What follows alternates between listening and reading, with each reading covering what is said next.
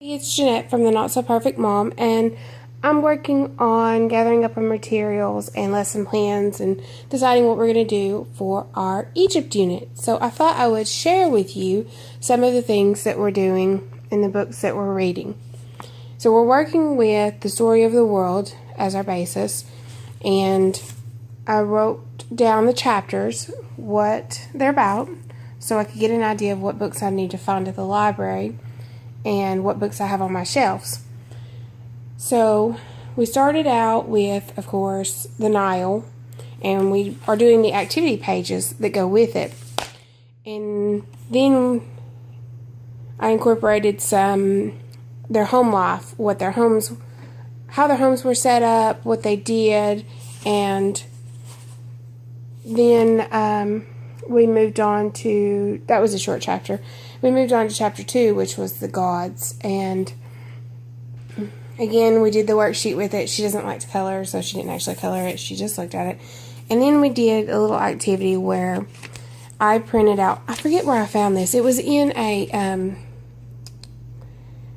activity book, but I didn't like the pictures, so I went ahead and I found individual pictures, and I printed them in card sizes.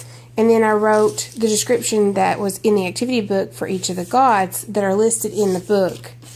And then she had to read the descriptions and figure out which god went with it based on the story. Like this card says, Lord of the desert, he is also the god of the storms, violence, and disorder. He is the evil brother of Osiris, and therefore another son of Nut and Jeb. His battle with Horus illustrates the battle of night with day and the contest between good and evil. He is represented with the head of an unidentified animal. And of course that is Set or Seth. So I read the story out loud and she matched them up afterwards.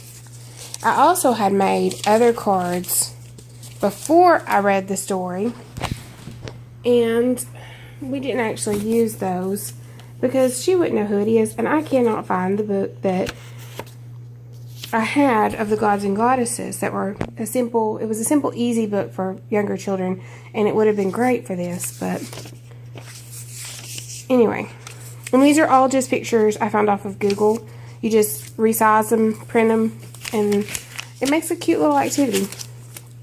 And then chapter 3 was hieroglyphics, and we haven't started that chapter yet, so I still need to find a book or something that has hieroglyphics on it, and I intend to have her write her spelling words from the books that were the story of the world or one of the other chapter books that we're reading that are new to her, like papyrus or cuneiform or hieroglyphics.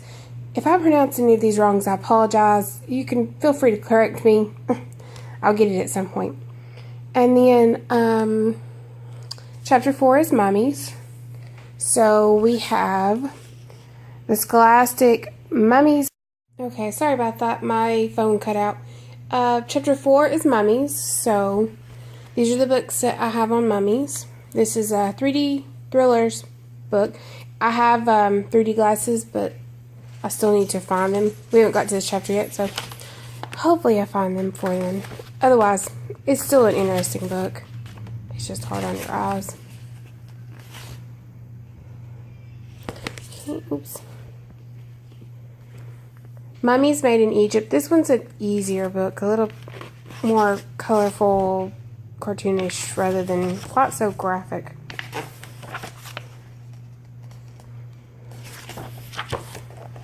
Okay. Then this one is Mummies, Bones, and Body Parts. It's a scholastic book.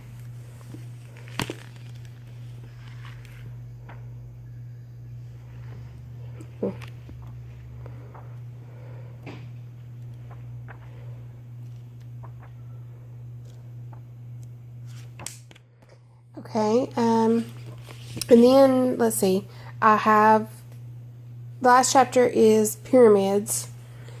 And my pyramid book is missing at the moment, so I'll just show you the hands-on experiments one I have, and it's Pyramids. 50 hands-on activities to experience ancient Egypt. A Kaleidoscope kids book.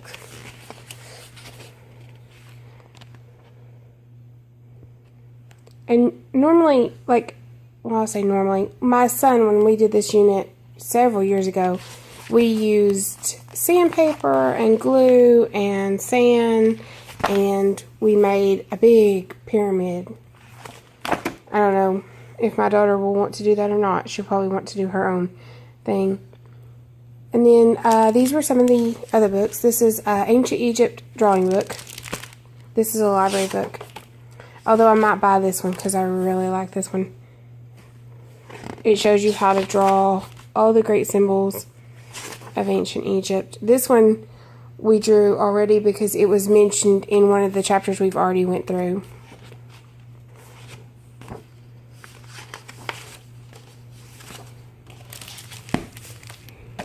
This one is Ancient Egyptian Activity Book.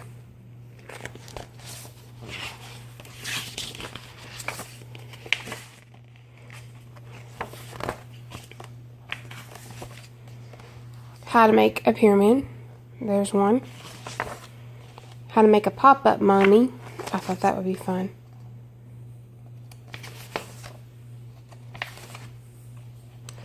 And then this one, how to make ancient Egyptian sweets. I think we're going to do something like this, if not this one, and incorporate cooking into our unit.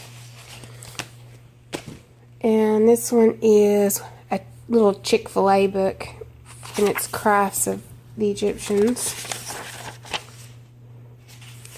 Although I wasn't as impressed with this one. It only has a few in it.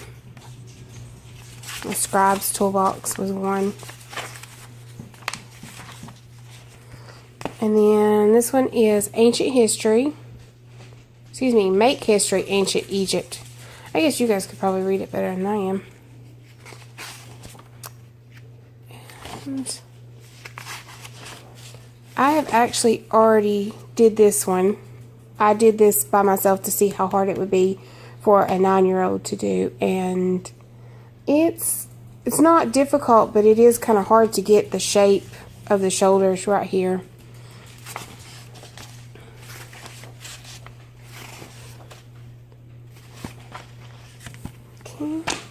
And then, hold on. Okay, and then I seen another YouTuber that had this book in her Ancient Egypt study, and I went to the library to find it. And I haven't decided if I'm going to use it or not. Though it would be nice to incorporate a little bit of science into our lessons. I'm just not sure where I would fit it in yet. So I'm going to look through that one and see. I think it might be a little more difficult for a 4th grader than what she's ready for. Okay, and then the last thing I have is, well, second to last, our optional reading books. This is The Magnificent Mummy Maker, Elvira Woodruff. We are already reading this out loud as a family, well, girls read aloud, and we're on chapter 6, and this one's actually cute. This one is Penguin's Classics, Tales of Ancient Egypt, Roger Lancelin Green. And then this one is on King Tutankhamun by Robert Greene. This one is Good Times Travel Agency Adventures in Ancient Egypt, written by Linda Bailey and Bill Slavin. And this one is really cartoony, kind of like a graphic novel.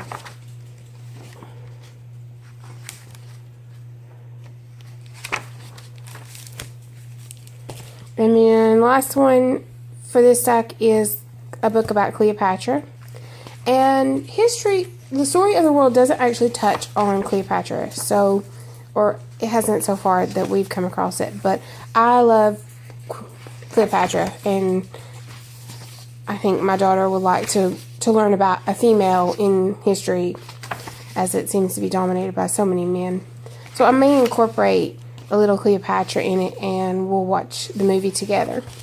And then the last thing I have is this board game called Crack the Case, and I might do this for a family game night because one of the mysteries is, let me focus, there we go. What strange Egyptian curse caused the socialite's death? And I thought this might be just some kind of fun game to play together after the whole unit is done. So that is it. That's all that I've got so far, and there'll be more activities and crafts and stuff as we go along. We're just now, 2 chapters in? So lots more fun stuff to come. I will see you next time. I almost forgot. I was going to say, if you have a video up of your Egyptian unit study or your lesson plans or activities that you did, feel free to link me down below. I would love to go see them. Always looking for new ideas to incorporate things. And y'all have a great day.